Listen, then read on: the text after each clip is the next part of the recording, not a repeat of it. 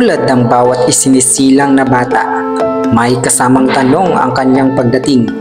Ano ang magiging papel niya sa mundong ito? Ano ang kahihinatnan ng buhay na kanyang tatahakin? Pero sa panahong ito, may bagong uri ng pagsilang. Isang makina, isang robot, isang nilalang na isinilang hindi sa sinapupunan, kundi sa silid ng agham. Binuo ng mga wire, bakal at kuryente. Walang hininga pero may galaw. Walang puso pero kayang magdesisyon. Dati sa mga pelikula lang natin sila napapanood. Mga kwentong katang-isip, mga bangungot na kinakatakutan. Pero ngayon, narito na sila sa pabrika, sa ospital,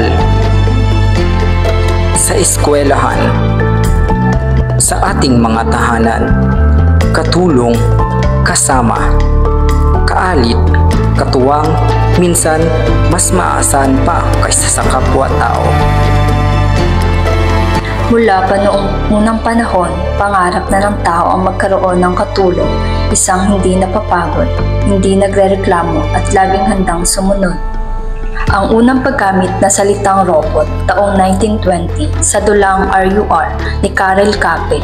Isinilang ang salitang robot mula sa salitang Czech na robota na ibig sabihin ay sapilitang paggawa.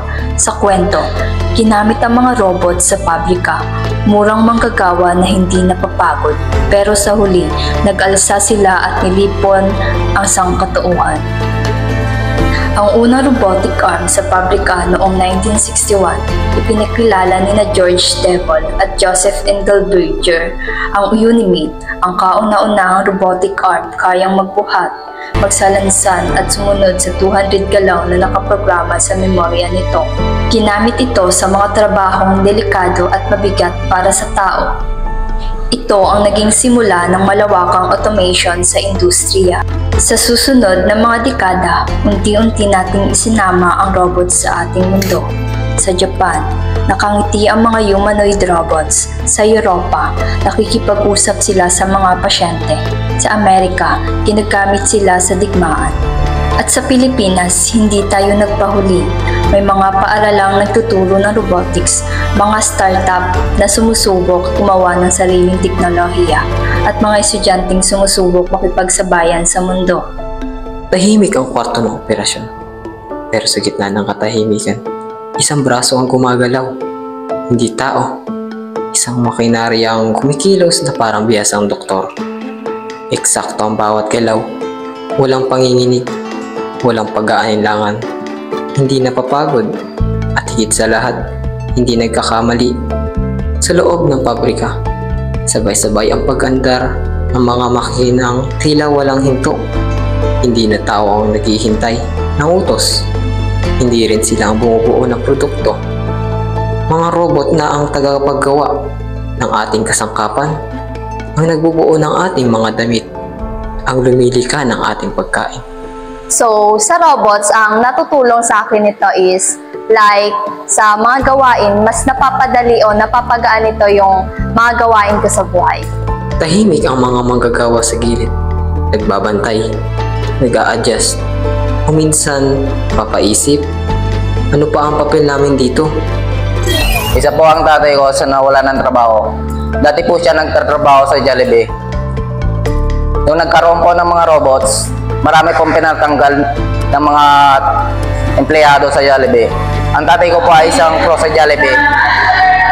Kasama po siya sa pinatanggal sa Jollibee. Masakit po ito sa akin dahil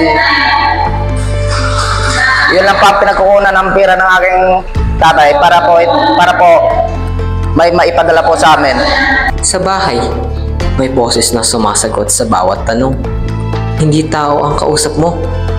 Isang makina na may sagot sa lahat, na laging handa, na hindi napipikon. Pero, totoo ba ang koneksyon? Sa silid-aralan, tahimik ang estudyante. Hindi dahil walang tanong, hindi dahil wala ng gurong sasagot. Nasa screen ang tutor, isang AI na alam ang lahat ng formulas, lahat ng kasaysayan, lahat ng tamang sagot. Pero kapag nabigo ang bata, sino ang yayakap? Sino ang magpapalakas ng loob? Ikaw, gumagamit ka ba ng artificial intelligence? Oo. Oo. AI, nakakatulong nga ba? O nakakasama? Halika, talamin natin. As a student, maraming naitulong sa akin ng AI. Firstly, sa paghanap ng information. Hindi ko na kailangan pumunta ng, kunwari, library. Hindi ko na kailangan pumunta ng library para lang maghanap ng isang topic or isang subject. Katulad, kunwari, may hahanapin kang information na yung isang information lang naman na kailangan mong hanapin. Kasi kapag sa library ka pa, magbubuklat ka pa ng maraming libro, ganon. Kapag AI, binibigay na agad sa'yo yung kailangan mong information. Tapos, hindi ko na kailangan pumunta sa kahit ano-ano, hindi ko na kailangan maglakad-lakad. Kasi kapag AI, kahit dito ka lang, makaupo ka lang dito, gamitin mo lang cellphone mo, nakakatulong na siya sa'yo. Para sa akin, ang disadvantage ng AI, ang ibang estudyante ay umaasa na lang sa AI. So, isa akong freelance editor. So, bago magka-COVID-19, so, ang source of income ko ay yung pagiging editor. So, madaming naging client ako. Tapos doon ko kinukuha yung aking source of income. So, ginagastos araw-araw, pambaon, ganito, ganyan. Then, after the COVID-19, nagkaroon ng AI. So, sa AI, madaling makakapag-edit yung mga tao. So, isang pindot lang, magkakaroon na agad sila ng mga picture. So, para sa akin, as a editor, parang masakit. Kasi parang nabawasan yung mga client ko na, kumbaga dati, maraming nagpapa-edit. So, ngayon, parang konti na, wala na because of the AI. Kasi yung AI, one click, may picture ka na agad and convenient. Hindi kagaya ng sa amin na editor na magbabayad sila at medyo matagal. So, pangamba at nakakapekto talaga siya para sa amin.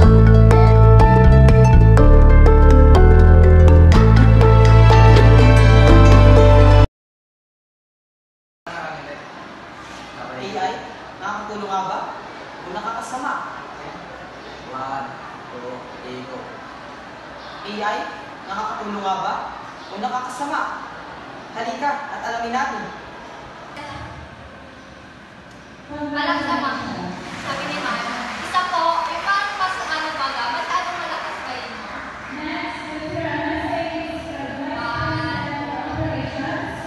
Isa po ang kamay mo na nawalan po dahil sa robot. Kasi po siya trabaho sa Manila. Isa po siyang pro sa Jollibee. Wala po siya. Marami pong nawalan sa trabaho. Ilan po ilay po ng mga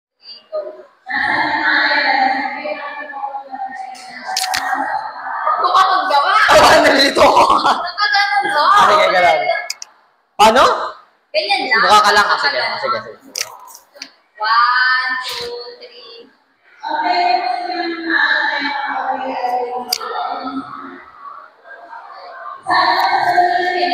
Lang. Pwede ka so kaya maganda kung gusto mo maglakad pag ganon, or kung gusto mo, kunyari, nag-aayos ka dyan, o may gano, tapos kunyari na spot mo baga, tapos bigyan ka mag-posa. Parang hindi, parang kunyari, kakalikot ka ng bag mo, kunyari, ganyan. Tapos, Ganyan. uy, gaganon. Tapos ganon. Parang kunyari pag napansin mo na may nagano sa'yo. Okay yun, Ray. Pag ganon,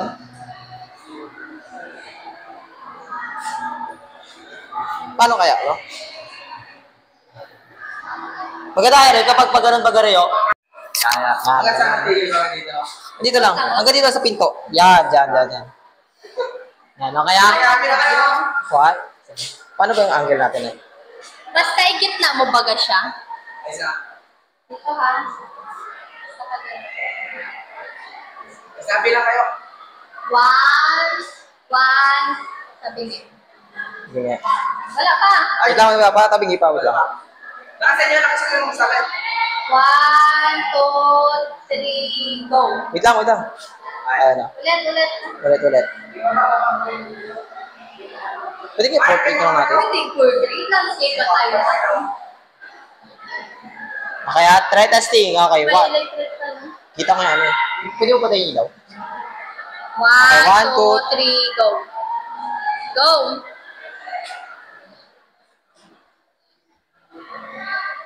Oh. Sige, ano? Sabihin nyo, 1, 2, 3, go!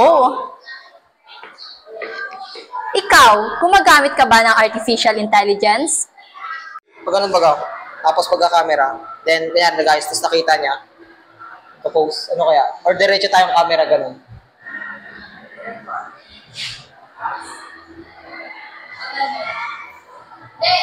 Doon ka magtingala mo na. Ano?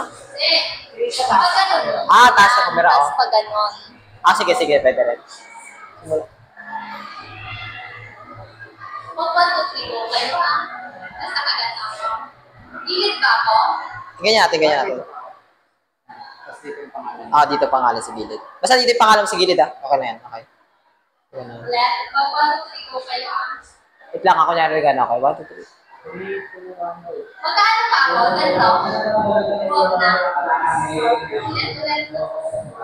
Jump scare pa gano'n. Okay, sila tayo. Yan, okay. 1. Hindi ko pinto.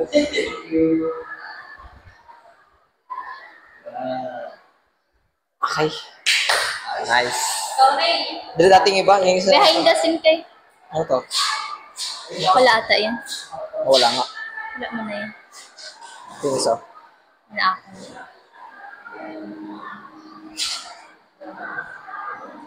Ayan. Tapos freeze mo doon, boy. Freeze mo doon. Yung picture na gano'n. Freeze mo. Alam mo yung nag-press tapos. Pwede yung edit na gano'n, boy. Pwede rin. Alam mo din yun. Ay, ano next? Gano'n ka, boy, Boy, gano'n ka, boy. Boy. Yan, okay dyan. Okay dyan. Ayoko na. Ayaw mo naman na pag ganon. Ay, pwede rin, Ray. Pag ganun baga, Ray, tapos kunyari nag-ice ka, natigil. Parang may sarili baga tayong style. Pag ganon. Ano yung video? Okay. Picture ng papa. Oh, behind the scene. Ay, we're behind the scene. Di, madilim. Madilim dito. 1, 2, 3. Okay. Ako na lang? Anong akin? Nakupo baga, boy, no? Ayan. Opo. Pwede ka, upo na lang. Una lang, tapos tingin. Sa interview na lang yun. Anong pwede mo ano? So, pwede ka. Magpa-sexy bomb na lang ako. Ganun. Wala naman. Yan sa may laki no? Pero mga aming-aming pala to.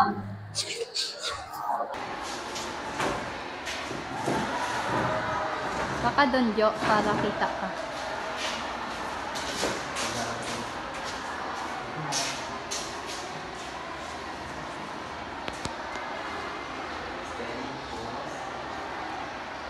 Smile, shadow, bigis.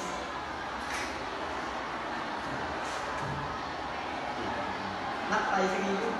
Picture tayo. 1, 2, 3, go.